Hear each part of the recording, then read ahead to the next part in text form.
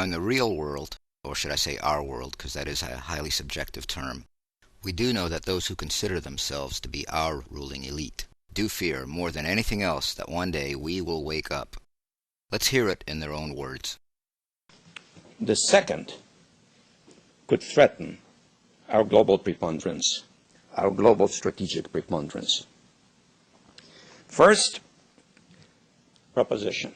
I'm deeply troubled that a very vague, emotionally stated, semi-theologically defined diagnosis of the central global menace is obscuring our national ability to comprehend the historically unprecedented challenge which is being posed in our time by a massive global political awakening, and thus is obstructing our ability to deal effectively with the global political turmoil that this awakening is generating.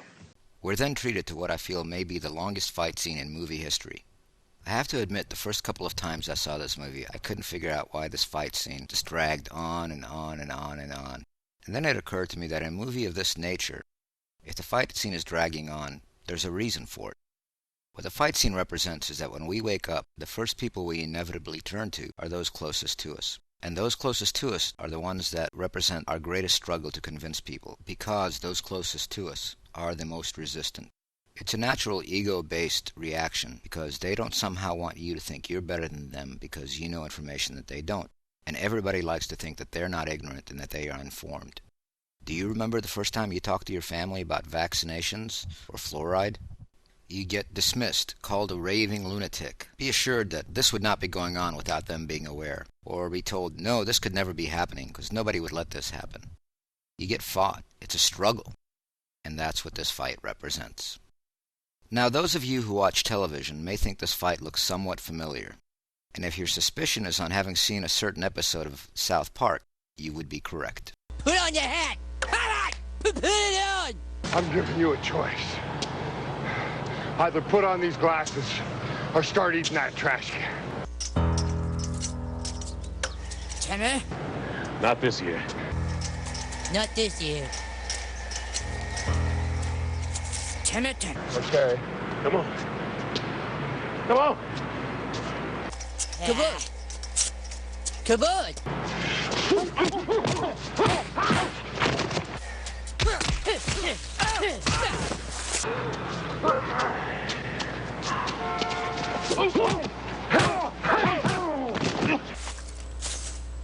Hey, bud.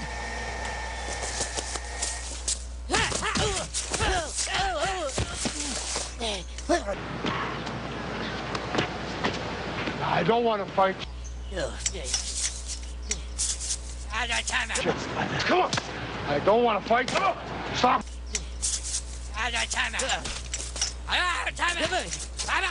No! No! I wonder what the South Park guys have to say about this.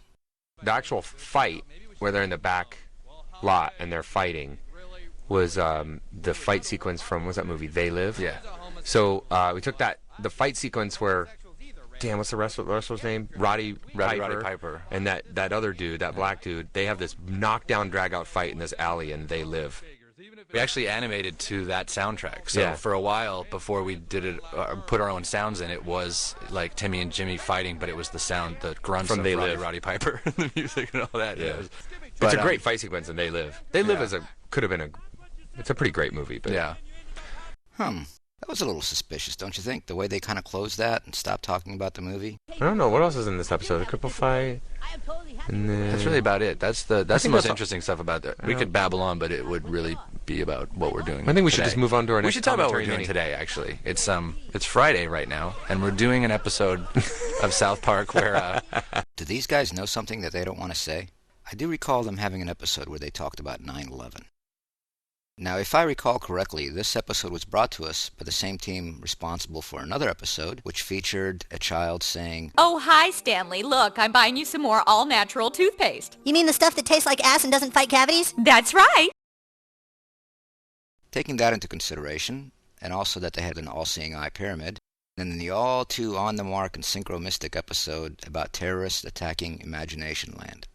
This leads me to conclude that the Parker Stone team are controlled disinformation agents, and that may not sound so preposterous considering that ever since that episode in question went out, many rational, intelligent, yet trendy people are quick to dismiss Anybody who thinks 9/11 was a conspiracy is a retard. seeing how they continue to push this false agenda of how anti-Semitism is a growing problem in America, which, by the way, is the same agenda as the ADL.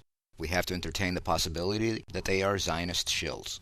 Or the final two options, which would be that they're just as dumb as the rest of us and are mindless repeaters of whatever they see on the television. And the final one, which is that they're actually getting away with all they can, but they're still corporate men because they have to work under Viacom and are therefore told what to do.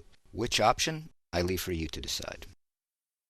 Whatever you may think of the 911 Truth Movement, you have to admit that it is responsible for a lot of people waking up. And I believe that awakening extends to well beyond 911. Which I still have yet to decide was intentional or an unintentional consequence of that action. Some of you may now be asking, what on earth does this film have to do with 9/11? Well, as you can see from the clip, nothing and everything.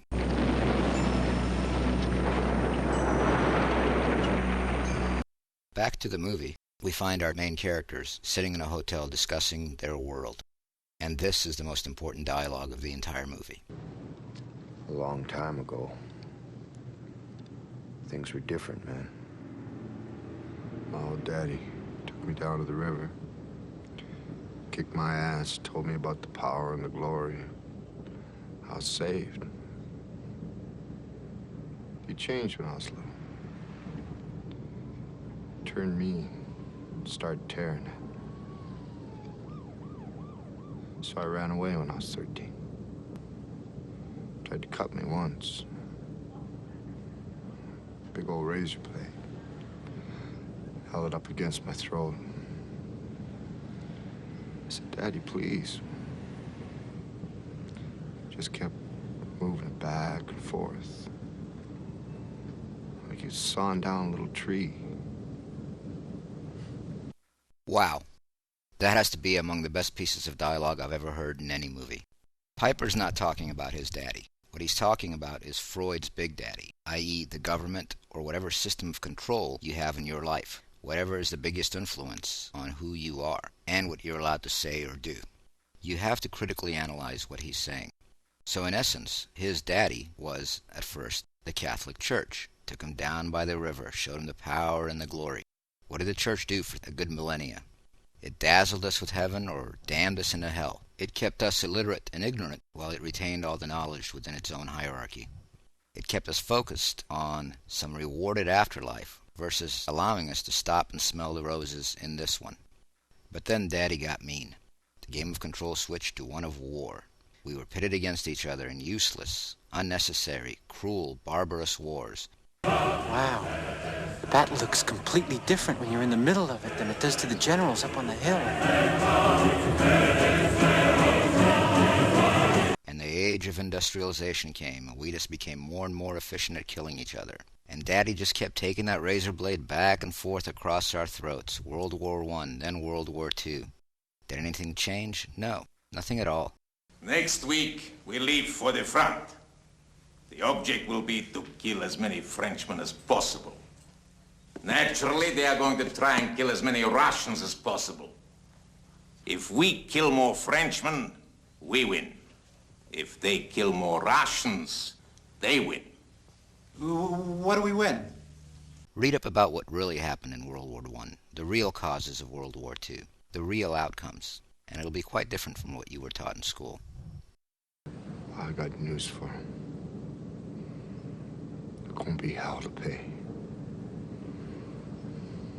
'Cause I ain't Daddy's little boy no more. Again, what an amazing, aware thing to say. We've grown up now, Daddy. We don't need you anymore. As we said earlier, what is it that the elites fear more than anything else in the world? A massive global political awakening.